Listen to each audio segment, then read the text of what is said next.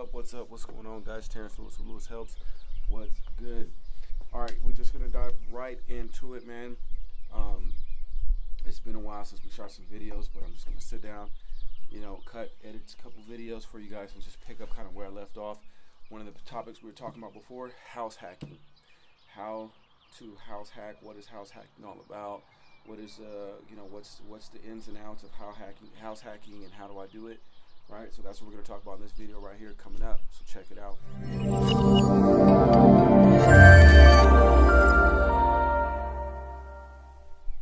Alright guys, so look, house hacking, it's how I got started in real estate.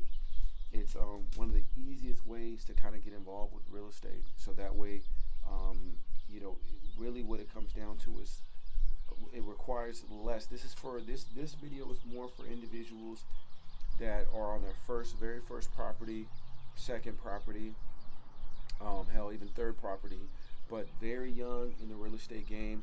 This is a strategy that can work long term, of course, but this is an easy way for you to put very little money out of your pocket to get involved in real estate. And what it can do for you is accomplish a few different things. This would allow you, if you have debt, it should allow you to lower your debt, so that we have a better debt to income ratio. Help lower your debt to income ratio, and that's very important because your credit, taxes, and your debt to income ratio is very important to monitor in the business of real estate. Those are probably your most important things to focus on very early in your very beginning part of real estate investing, because you're going to be using your own personal credit for some of the deals, and you're still an individual. You're not an entity yet, or you're not established to where you can either have enough money to put down and use hard money or private money loans, or you have a high heavy debt load, student loans, different things like that, and it's a little bit more challenging for you to acquire loans. So that's why house hacking is very very important and very good to start off your real estate career, because you can use a primary resident loan and essentially invest from it, okay, using it, if that makes any sense. I'm trying to make sure the thought process is working right now, and make sure that this makes sense to me, so it will make sense to you, right? So hopefully that makes sense. And so house hacking, the way that I started in house hacking was basically buying duplexes. I bought duplexes, and I lived in one side, and so I'm always going to refer back to your plan. Right, so when I'm talking about training, I'll say, in your plan, or in your plan, in your plan. So make sure you go check out the plan video, because I don't care what you're doing without a plan. Don't even talk to me. You know what I'm saying? Don't even act like I'm not even taking you serious in real estate if you don't have a plan. Like, it could be a small, simple plan. Buy one property and then invest in 2 rental properties in the next 5 years. There's a reason why, because you want to pay off your student loans. That's a plan. That could be a very simple plan. I can help somebody with a plan like that accomplish that plan and help push them faster and further, because now I can target all of the knowledge and time that we spend together specifically on accomplishing your goals based off the plan. The plan can change based off of circumstance and opportunities, but at least we have direction. When we wake up in the morning, we know what the hell we're doing this morning, today, right? Okay, so with house hacking, again, you can start off with your primary residence, and you can start off now.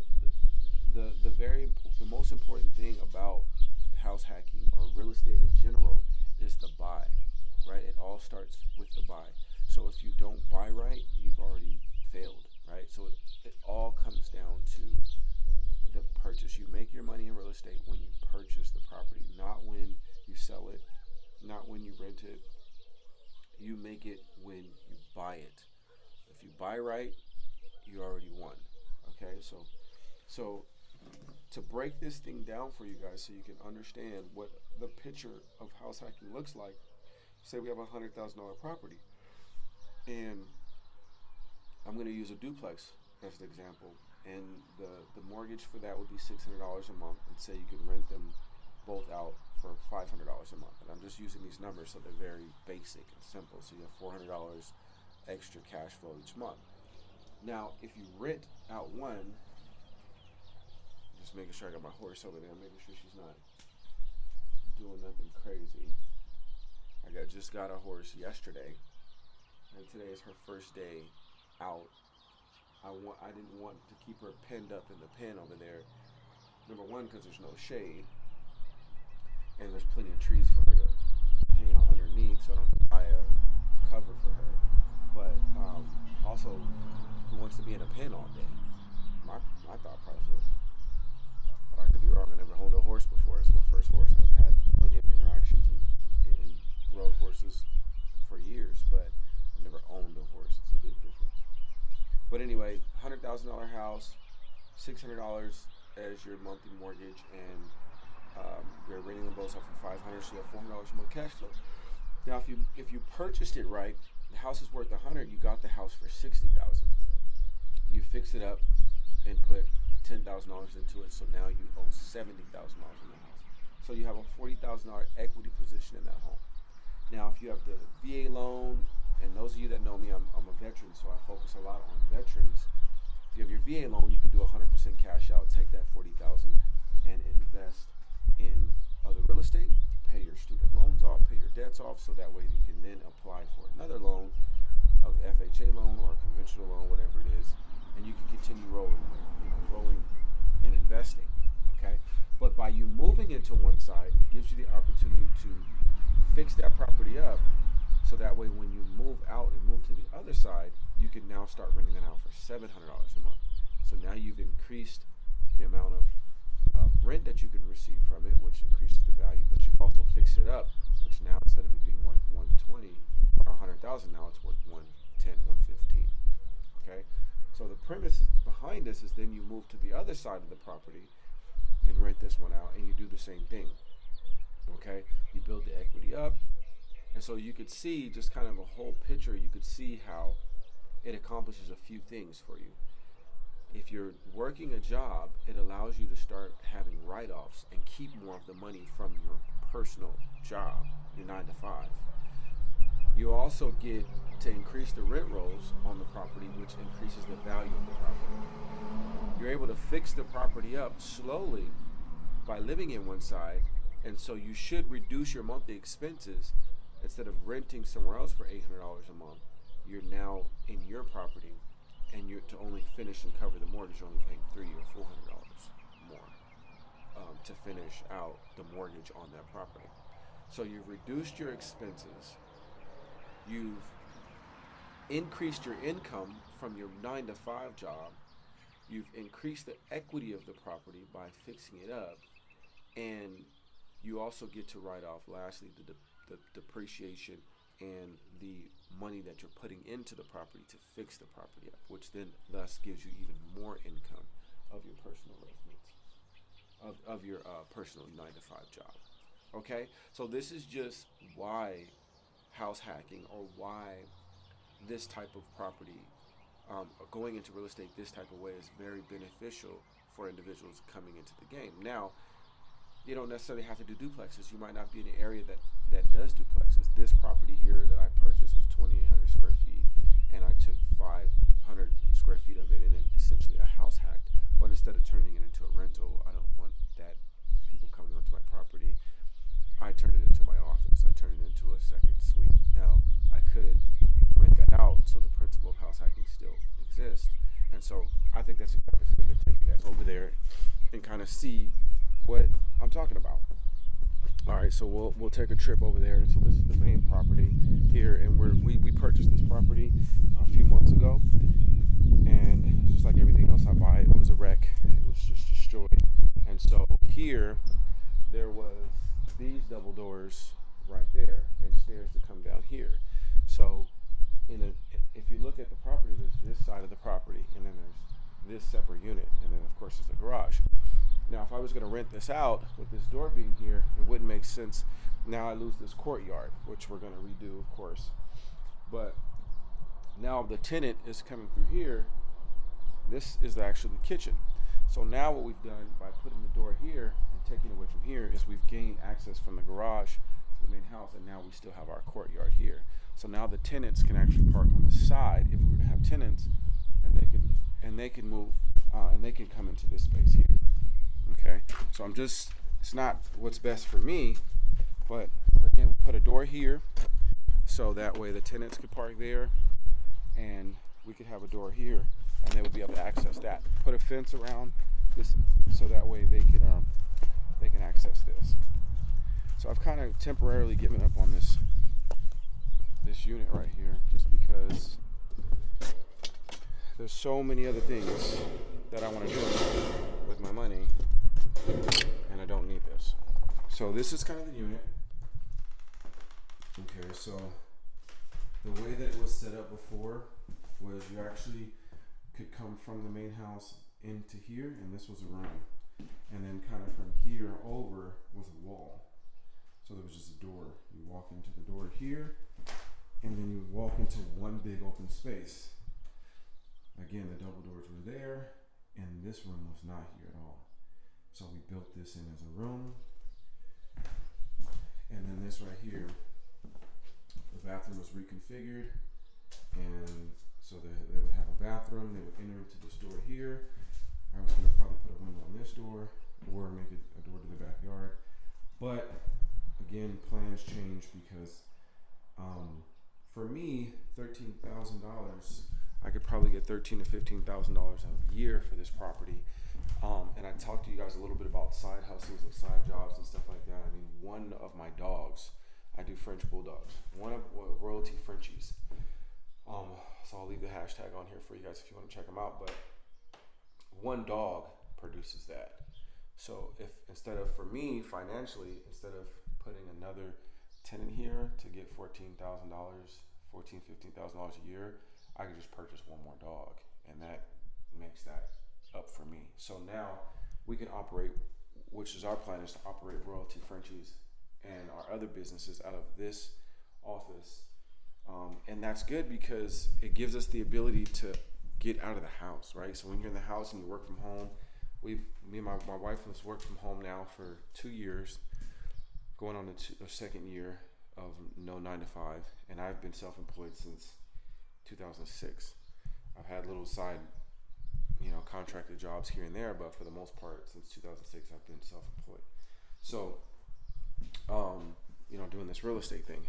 So, for us, this is a great way to kind of get out of the office. That's one thing I've learned over the years, is that you'll be home and you'll intend to get a lot of stuff done, but the dishes, and then the kids, and then the dog, and then you gotta sweep, and then there's fold the laundry. There's just a lot of stuff that you'll end up doing and not working. And so this gives us the opportunity to build this out, and it's all there. We just need to mud and tape, finish it out, and then we can put our desks up and decor, and we can actually start fixing this place up to be an office for us. So this is the example of house hacking. So I'll go back and I'll take a step back so you can look at the structure. The full structure. I'll do that later. You can look at the full structure so you can kind of see. I'll jump behind the camera. So you can kind of see, like, this is the main house, and then they at one point put this addition on. And so this of course is part of this here, but at some point it was probably like the room and the bathroom, or I don't know what they did. But in essence, this is what you could do when it comes to house hacking. This is how you could do something like that. Now let me look at this other property that I'm trying to buy. I'm gonna buy it. I'm claiming it. I want this property. So my neighbor's property, if you look here, they actually have, and I think these people are in a hardship situation. So if you look there, there's the main house, and there's the back house, and then there's the garage over there. So sometimes you get situations like that where when you create your criteria of what type of properties you're looking for, you look for a property that has the potential of having an separate unit attached to it. Now the other thing that's huge right now in California, I don't know, if you understand other areas, is what's called ADUs, accessory dwelling units. And all that is what's happened is because there's such a high demand of housing in Southern California, to turn a garage into a separate house, there's a lot of Hispanics that do this anyway because of large families. They've been doing it for years, probably illegally. But now that the housing crisis and housing needs have been in such high demand, they're actually released and made it so lenient for individuals to turn the garage or to build a separate unit in their backyard. So there used to be a lot of setbacks, 10 feet from the neighboring property. It had to be all this other stuff, right? And so what they did was they actually just kind of made those laws so much more relaxed. So that's part of my investment strategy now as well, is to actually buy properties that have the potential of putting a separate unit on it. If I had my drone, I could show you that these properties next door, they actually have houses behind them. And a very inexpensive house to buy when you have a property with some land. So that's another kind of strategy you can use, is buy a property that has some space. Now that the laws have been a little bit more lenient, you can actually just buy a mobile home. Mobile homes have come a long way, and so you can actually put a mobile home on a permanent foundation and have it registered as a dwelling, which increases the price per square footage for the property. So it could be the mobile home goes for anywhere between 75 cents to 50 cents a square foot. They're all finished with utilities and everything in them. So imagine what that does for your property value when you buy a home. So let's say this property here that I have, I can rent that unit out if I needed to. I can rent that side unit out. That's actually part of the dwelling. I decided to put the wall up there. So I can turn that into a separate unit. I can also turn the garage into an ADU, 500 square feet ADU, up to 1,100 square feet, and they'll actually let me put a mobile home in the back because of the space that's here. So that's 1, 2, 3 different units permitted, increasing the value of my property, giving me a high equity position. So for you veterans to able to pull out 100% cash out, you'd be able to pull out like $150,000, right? But then I can also take the garage and go up another unit or go up another space and call it an office, right? So then it's just one big open space, have it permitted, and increase the square footage of the property. And then once I get my certificate of occupancy, I can put up a little wall for a bedroom, or you see where I'm going with this, right? So the opportunities are endless. You just have to continuously think about how you can, go about this whole house hacking thing and what will work best for you. So using your primary loan, your primary resident loan, your very first loan, the first or second as your primary dwelling, if you make the right strategic move, number one, you're going to buy low, period, and then you're going to, whether it's cosmetic, fix it up so that way you can always get that increase in equity, but then utilize the opportunities to turn the garage, build above the garage, build above the house, split the house up, put a mobile home on the property, put an RV on the property. Whatever it is that you can do to generate some capital to first kind of get into the game, that's what is the name of the game. So hopefully this was a kind of an insight video to kind of show you guys how house hacking works, why it's beneficial, the pros and cons of it. I didn't really talk about the cons. The cons are obviously all the things are the reason why you don't want to have a tenant on your property, whether it be taking up parking spaces, taking up parking spaces, having them argue next door, yada yada. Half of you guys live in apartments anyway, so get over it. Period. It's about the dollars. It's about the sacrifice. So if you don't want to be uncomfortable, then this is, success is probably not for you anyway, because the biggest, I think it was Will Smith that said it. No, Denzel that said it. The biggest enemy of success is comfortability. So being comfort and being successful, they don't go together. So you're gonna have to get uncomfortable, and it's about what you're willing to sacrifice, your uncomfortabilities, in order to gain, right? So whether it be go to work, to me that's the biggest uncomfortability to me, is actually work for somebody else, right? So and I've done it. So having those uncomfortabilities, but with a plan, the date and the time when that uncomfortability is going to be over, when you're no longer going to have to do that. We're going this unit out for 2 years. We're going to rent this out for 1 year. We're going to rent this unit out for 4 years. We're going to apply all that extra principal to the, all that extra cash flow to the principal of the property to build a high equity position. We're going to sell the property. We're going to 1031 exchange all of our money over to our first flip. We're going to rent, and then we're going to purchase our first flip, and we're going to flip that property, and then we're going to take the profits from that with the money that we already had, split it into two, and flip 2 more properties. Or we're going to take that money and we're going to buy a rental property after we refinance. This is a plan. Have a plan. Have a purpose. And when you have that, you have time, strategy, and you know exactly what you're doing when you wake up every morning. I'm not going to keep going on. This was some good info. So hopefully you guys understood it. Leave in the comments below any questions that you guys have. I'm for sure going to, comment back to you guys and let you guys know what's up. I'm here for you guys any way, shape, or form. So don't forget, LewisHelps, we're here. All right. And don't forget to check us out on Instagram. So don't forget to like, subscribe this video. I got to say that, I guess, every time. So we get these subscribers up so we can get more individuals this knowledge and this information on real estate training. So thanks for rocking with me, guys. I appreciate it. And let's keep this marathon going, all right? The marathon continues. This is Terrence Lewis of LewisHelps, man. Appreciate you guys.